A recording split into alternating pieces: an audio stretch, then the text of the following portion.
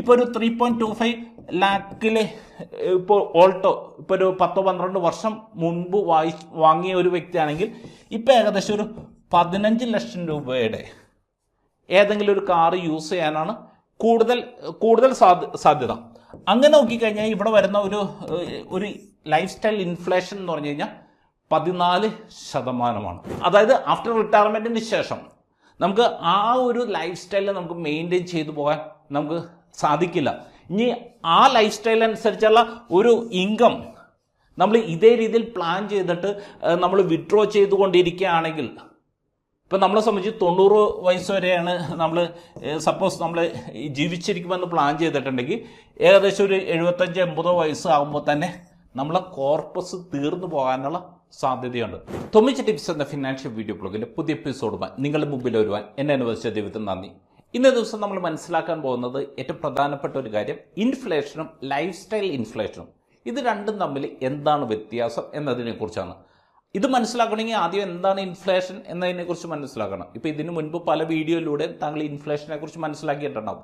Inflation എന്ന് പറഞ്ഞാൽ വളരെ സിമ്പിളായിട്ടുള്ള ഒരു കാര്യമാണ്, വില വർധനവ്. നമ്മളുടെ ഓരോ ഡേ ടു ഡേ ലൈഫിൽ വരുന്ന എക്സ്പെൻസിൽ വരുന്ന വർധനവ്. ഫോർ എക്സാമ്പിൾ പറഞ്ഞാൽ ഈ പേനയുടെ വില ഇന്ന് ഇപ്പോൾ സപ്പോസ് 100 രൂപയാണ്.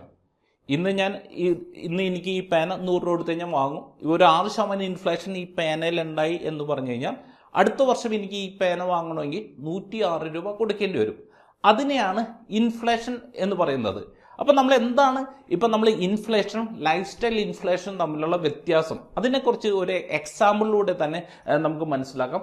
ഇപ്പോൾ സപ്പോസ് ഇപ്പം നമുക്കറിയാം, ഇപ്പം 2024 ഇപ്പം നമ്മൾ നിൽക്കുന്നത്. ഇപ്പം 2024 ഇപ്പം മാരുതി അൾട്ടോൻ്റെ വില 5 ലക്ഷം രൂപയാണ് എന്ന് വിചാരിക്കാം. അപ്പോൾ 5 ലക്ഷം രൂപയാണ്. ഇപ്പോൾ ഓൺ ആൻ ആവറേജ് ഇപ്പോൾ ഒരു 6% ഇൻഫ്ലേഷൻ വരുന്നുണ്ട് എന്ന് പറഞ്ഞു കഴിഞ്ഞാൽ 2025 ആകുമ്പോഴേക്കും ഇതേ സെയിം കാറ് എനിക്ക് വാങ്ങണമെന്നുണ്ടെങ്കിൽ ആ സമയത്ത് ഞാൻ 5,30,000 രൂപ കൊടുക്കേണ്ടി വരും. ഈ ഒരു കാര്യത്തെ നമ്മൾ പറയുന്നത് ഇൻഫ്ലേഷൻ എന്നാണ്. ഇനി നമ്മൾ നോക്കിക്കഴിഞ്ഞാൽ നോർമൽ സിറ്റുവേഷനിൽ ഇപ്പോൾ ഒരു കാറ് ഇപ്പം നമ്മൾ ഉപയോഗിക്കുന്നത് 5 വർഷമാണ് എന്ന് വിചാരിക്കാം. അപ്പം അങ്ങനെയാണെങ്കിൽ ഇപ്പം 2024 5 കൂട്ടിക്കഴിഞ്ഞാൽ ഇപ്പം 2029 അപ്പോൾ 2029 ആവുന്ന സമയത്ത് നമ്മൾ പുതിയൊരു കാറിലേക്ക് മാറണമെന്ന് വിചാരിച്ചോ. ആ സമയത്ത് ഈ ഒരു അൾട്ടോൻ്റെ ഈ ഒരു 6% ഇൻഫ്ലേഷൻ പ്രകാരം നമ്മൾ നോക്കിക്കഴിഞ്ഞാൽ ആ സമയത്ത് ഈ അൾട്ടോൻ്റെ വില വരാൻ പോകുന്നത് 6.7 ലാക്ക് ആയിരിക്കും. അതായത് സെയിം കാറിന് 6,70,000 രൂപയായിരിക്കും ആ സമയത്ത് വരുന്നത്. പക്ഷേ ഇവിടെ വരുന്ന ഒരു പ്രശ്നം എന്താണെന്ന് വെച്ച് കഴിഞ്ഞാൽ ഇതിനെ നമ്മൾ ഇൻഫ്ലേഷൻ എന്ന് പറയാം. പക്ഷേ ഈ ഒരു 5 വർഷം കഴിഞ്ഞ് കഴിഞ്ഞിട്ട് നമ്മൾ വാങ്ങാൻ പോകുന്നത് ഈ അൾട്ടോ ആയിരിക്കും. അല്ല, നമ്മൾ അതിനേക്കാൾ കുറച്ചുകൂടി ഒരു പ്രീമിയം ആയിട്ടുള്ള ഒരു കാറായിരിക്കും വാങ്ങാൻ ഉദ്ദേശിക്കുന്നത്. സപ്പോസ് ഇപ്പോൾ നമ്മളിപ്പോൾ ഒരു ബെലനോ കാറാണ് നമ്മൾ വാങ്ങാൻ ഉദ്ദേശിക്കുന്നത് എന്ന് വിചാരിക്കാം. ഇപ്പോൾ ബെലനോയുടെ ഇപ്പോൾ ഒരു ബേസിക് ആ ഒരു മിഡിൽ റേഞ്ചിലുള്ള ഒരു കാറിന് ഇന്നിപ്പോൾ ഒരു 10 ലക്ഷം രൂപ ചിലവ് വരുമെങ്കിൽ ഇപ്പോൾ ഓൺ ആൻ ആവറേജ് ഈ പറഞ്ഞ ഒരു 6% ഇൻഫ്ലേഷൻ നമ്മൾ കൂട്ടിക്കഴിഞ്ഞ് കഴിഞ്ഞാൽ ആ ഒരു ടൈം ആകുമ്പോൾ, അതായത് 2029 ആകുമ്പോഴേക്കും ഈ ബെലനോ കാറിൻ്റെ വില 13,40,000 രൂപ വരും. അതായത് ഇവിടെ നമ്മൾ നോക്കിക്കഴിഞ്ഞാൽ നമുക്ക് കാണാവുന്ന ഒരു കാര്യം, ഇന്ന് ഇപ്പം നമ്മൾ 5 ലക്ഷം രൂപയ്ക്ക് ഒരു അൾട്ടോണ് വാങ്ങിയിരിക്കുന്നത്. പക്ഷേ 2029 ആകുമ്പോഴേക്കും നമ്മൾ അൾട്ടോ ആയിരിക്കില്ല വാങ്ങുന്നത്, അതിനേക്കാൾ അടുത്ത സ്റ്റേജിലുള്ള ഒരു കാറായിരിക്കും. ഇപ്പോൾ ഉദാഹരണത്തിന് ഞാൻ എടുത്തത് ബെലനോയാണ്. അന്ന് ആ കാറിൻ്റെ വില 13,40,000 രൂപയാണ്. അപ്പോൾ ഇവിടെ നമ്മൾ നോക്കിക്കഴിഞ്ഞ് കഴിഞ്ഞാൽ ഇന്നിപ്പോൾ എന്നെ സംബന്ധിച്ച് 5 ലക്ഷം രൂപയാണ്. ഇവിടെ നിന്ന് 5 വർഷം കഴിയുമ്പോൾ ഞാൻ ബെലനോ വാങ്ങണമെങ്കിൽ 13,40,000 രൂപ ഞാൻ കൊടുക്കേണ്ടി വരും. അപ്പം നോർമലി ഇവിടെ ഇൻഫ്ലേഷൻ ഇപ്പോൾ 6% സംഭവിച്ചെങ്കിൽ പോലും എൻ്റെ ലൈഫ് സ്റ്റൈലിൽ വരുന്ന ആ ഒരു മാറ്റം കൂടി കൺസിഡർ ചെയ്യുമ്പോഴേക്കും ഇവിടെ വരുന്ന ഒരു ഇൻഫ്ലേഷൻ എന്ന് പറഞ്ഞു കഴിഞ്ഞാൽ 22% ആണ്. ഇതാണ് ലൈഫ് സ്റ്റൈൽ ഇൻഫ്ലേഷൻ എന്ന് പറഞ്ഞാൽ. അതായത് വെറും ഇൻഫ്ലേഷൻ എന്ന് പറഞ്ഞാൽ ഈ 6%. പക്ഷേ എൻ്റെ ലൈഫ് സ്റ്റൈലിൽ വരുന്ന ചേഞ്ച് കൂടി ഞാൻ കൺസിഡർ ചെയ്യുമ്പോൾ എന്നെ സംബന്ധിച്ച് ഈ ഒരു കാര്യത്തിൽ എന്നെ എഫക്റ്റ് ചെയ്യുന്ന ഒരു ഇൻഫ്ലേഷൻ എന്ന് പറഞ്ഞു കഴിഞ്ഞാൽ 22% ആണ്. ഇപ്പം ഞാൻ എൻ്റെ ഒരു പേഴ്സണൽ എക്സ്പീരിയൻസ് തന്നെ ഞാൻ നിങ്ങളായിട്ട് ഷെയർ ചെയ്യാം. ഇപ്പം ഞാൻ ആദ്യമായിട്ട് ഒരു കാർ വാങ്ങുന്നത് 2011. അന്ന് ഞാൻ ഇപ്പോൾ ഒരു സെക്കൻഡ് ഹാൻഡ് ഇപ്പം സെൻ അന്ന് ഞാൻ വാങ്ങിയ ഒരു സെക്കൻഡ് ഹാൻഡ് സെന്നാണ്. അന്ന് ഇതിനു വേണ്ടി ഞാൻ മുടക്കിയെന്ന് പറഞ്ഞാൽ 1,10,000 രൂപയാണ്. അതിനുശേഷം ഞാൻ അടുത്തൊരു കാർ വാങ്ങുന്നത് 2012 അതായത് നെക്സ്റ്റ് ഇയർ തന്നെ. സെന്ന് ഞാൻ ഏകദേശം 1 വർഷം ഞാൻ ഉപയോഗിച്ചുള്ളൂ. അതിനുശേഷം ഞാൻ വാങ്ങിയതെന്ന് പറഞ്ഞു കഴിഞ്ഞാൽ ഓൾട്ടോ അന്ന് ഞാൻ വാങ്ങിയത് 3.25 ലക്ഷത്തിനാണ് അന്ന് ഞാൻ ഓൾട്ടോ വാങ്ങിയത്. അപ്പോൾ ഇവിടെ അടുത്ത വർഷം കഴിഞ്ഞപ്പോഴേക്കും എൻ്റെ ലൈഫ് സ്റ്റൈലിൽ ചെറിയൊരു ഇമ്പ്രൂവ്മെൻറ്റ് വന്നു. അതിനുശേഷം ഞാൻ വീണ്ടും അടുത്തൊരു കാർ വാങ്ങുന്നതെന്ന് പറഞ്ഞു കഴിഞ്ഞാൽ 2018 ഞാൻ അടുത്തൊരു കാർ വാങ്ങുന്നത്. ഈ സമയത്ത് ഞാൻ വാങ്ങിയത് ബെലോനോ കാറാണ് ഞാൻ വാങ്ങിയത്. ആ സമയത്ത് ഞാൻ അതിനു വേണ്ടി മുടക്കിയത് 10 ലക്ഷം രൂപയാണ്. 10 ലക്ഷം രൂപ ആ സമയത്ത് ഞാൻ മുടക്കി. അതിനുശേഷം ഇപ്പോൾ ഏറ്റവും ലേറ്റസ്റ്റ് ആയിട്ട് ഞാൻ ഒരു പുതിയൊരു കാർ വാങ്ങിയത് 2023 അന്ന് ഞാൻ വാങ്ങിയത് ഫോർച്യൂണറാണ്. ഇപ്പം നിലവിൽ ഈ ഒരു കാറിന് വേണ്ടി ഞാൻ മുടക്കിയതെന്ന് പറഞ്ഞു കഴിഞ്ഞാൽ 60 ലക്ഷം രൂപയാണ്. 60 ലക്ഷം രൂപയാണ്. അപ്പോൾ ഇവിടെ നമ്മൾ നോക്കിക്കഴിഞ്ഞ് കഴിഞ്ഞാൽ നമ്മളിപ്പോൾ റിട്ടയർമെൻറ്റ് ഈ തരത്തിലുള്ള പല കാര്യങ്ങളും നമ്മൾ പ്ലാൻ ചെയ്യുന്ന സമയത്ത് നമ്മുടെ ലൈഫ് സ്റ്റൈലിൽ വരുന്ന ഒരു ഇമ്പ്രൂവ്മെൻ്റ് കൂടി നമ്മൾ കൺസിഡർ ചെയ്തേ പറ്റൂ. കാരണം എന്താണെന്ന് വെച്ച് കഴിഞ്ഞാൽ ഇപ്പം നിലവിൽ ഇപ്പം സപ്പോസ് ഞാനിപ്പോൾ ഓടിച്ചുകൊണ്ടിരിക്കുന്ന ഫോർച്യൂണറാണ്. ഈ ഫോർച്യൂണർ ഓടിച്ചുകൊണ്ടിരിക്കുന്ന എന്നെ സംബന്ധിച്ച് കുറച്ച് നാൾ കഴിയുമ്പോഴേക്കും ഇനി ബെലോനയിലേക്ക് പോവുക എന്നത് ഒട്ടും പറ്റാത്തൊരു കാര്യമായിരിക്കും. അല്ലെങ്കിൽ ഇപ്പോൾ താങ്കളിപ്പോൾ ബെലോൺ യൂസ് ചെയ്യുന്ന ഒരു വ്യക്തി ഓൾട്ടോയിലേക്ക് മാറുക എന്നത് നമ്മളെ സംബന്ധിച്ച് ഗതികെട്ട ഒരു അവസ്ഥ വന്നു കഴിഞ്ഞാൽ മാത്രമേ നമ്മൾ ഇങ്ങനത്തെ ഒരു അവസ്ഥയിലേക്ക് നമുക്ക് ഡൗൺ ഗ്രേഡ് ചെയ്യാൻ നമുക്ക് സാധിക്കുള്ളൂ. നമുക്ക് എപ്പോഴും ഇപ്പോഴൊരവസ്ഥയിൽ നിന്ന് അടുത്ത ലെവലിലേക്ക് പോകാനാണ് നമ്മളെപ്പോഴും ആഗ്രഹിക്കുന്നത്. ഇനി അടുത്ത ലെവലിലേക്ക് പോകാൻ സാധിച്ചില്ലെങ്കിൽ പോലും ആ ഒരു ലെവലെങ്കിലും മെയിൻറ്റെയിൻ ചെയ്യാനാണ് നമ്മളെപ്പോഴും ആഗ്രഹിക്കുന്നത്. അപ്പോൾ ഇവിടെ നമ്മൾ നോക്കിക്കഴിഞ്ഞ് കഴിഞ്ഞാൽ ഇവിടെ നമുക്ക് കാണാവുന്ന ഒരു കാര്യം എന്താണെന്ന് വെച്ച് കഴിഞ്ഞാൽ ഇപ്പോൾ 2012 ഞാൻ ഓൾട്ടോണ് ഞാൻ ഉപയോഗിച്ചത്. ഓൾട്ടോൻ്റെ അന്നത്തെ റേറ്റ് 3.25 ലാക്കാണ്. ഇപ്പം 2024 എന്ന് പറയുമ്പോൾ ഇവിടെ 12 വർഷമാണ് സമയം എടുത്തിരിക്കുന്നത്. അപ്പോൾ ഓൺ ആൻഡ് ആവറേജ് ഇന്നിപ്പോൾ ഒരു ഓൾട്ടോൻ്റെ വില 5 ലക്ഷം രൂപയാണെങ്കിൽ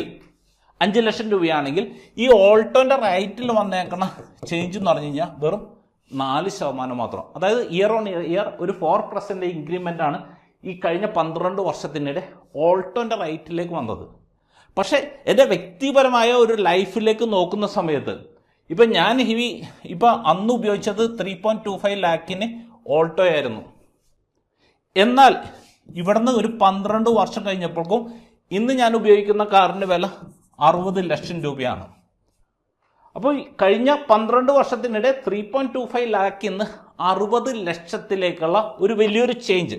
അതായത് 60 ലക്ഷത്തിലേക്ക് ചേഞ്ച് എന്ന് പറഞ്ഞു കഴിഞ്ഞാൽ നോർമലി നോക്കിക്കഴിഞ്ഞ് കഴിഞ്ഞാൽ 27.5% ഇയർ ഓൺ ഇയർ ഗ്രോത്താണ് എൻ്റെ ലൈഫ് സ്റ്റൈലിൽ വന്നിരിക്കുന്നത്. അതായത് 27% ഇയർ ഓൺ ഇയർ ഗ്രോത്ത് വന്നു കഴിഞ്ഞാലാണ് ഈ 12 വർഷം കൊണ്ട് 3.25 ലക്ഷത്തിൽ നിന്ന് 60 ലക്ഷത്തിലേക്ക് പോയത്.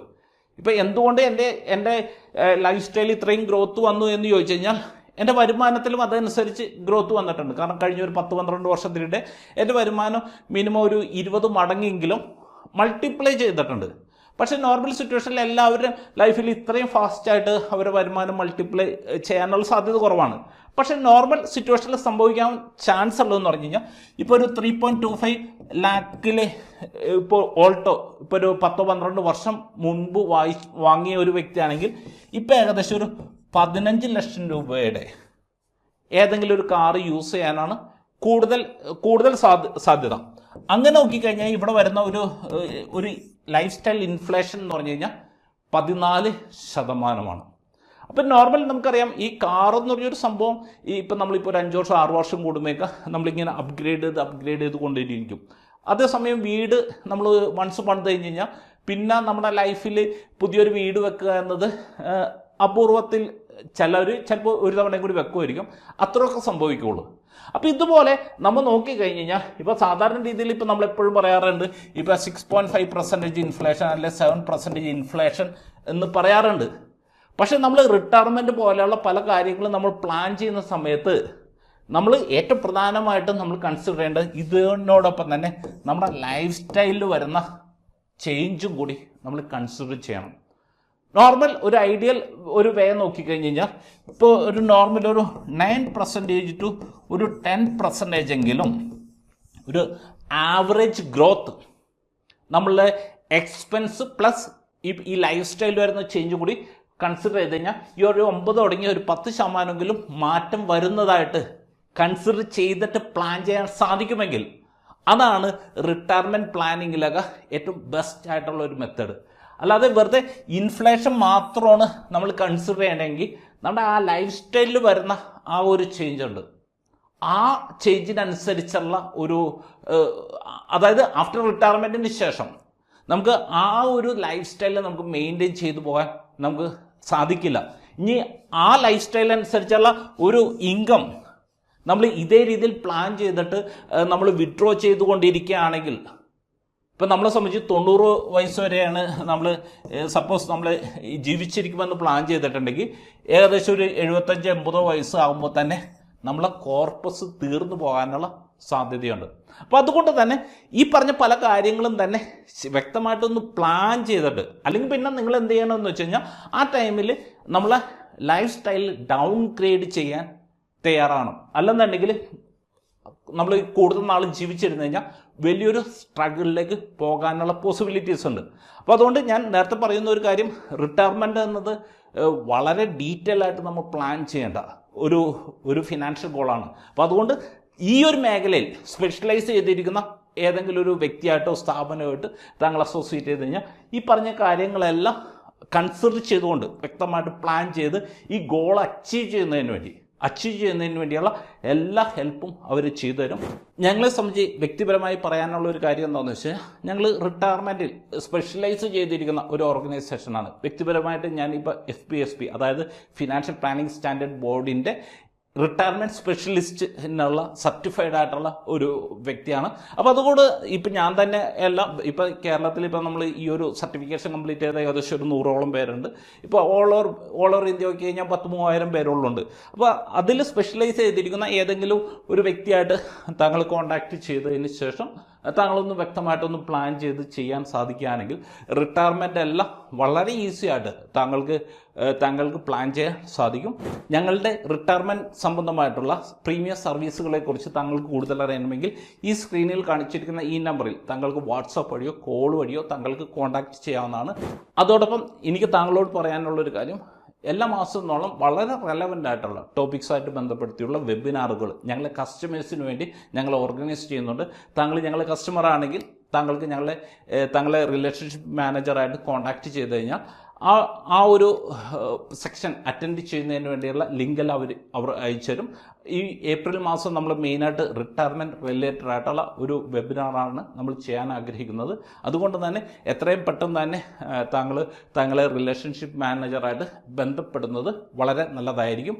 അടുത്ത ആഴ്ച നമുക്ക് സാമ്പത്തിക മേഖലയിലെ പുത്തൻ വിശേഷങ്ങളുമായി തൊമ്മിച്ച ടിപ്സ് നമുക്ക് വീണ്ടും കാണാം. Okay, wish you all the best.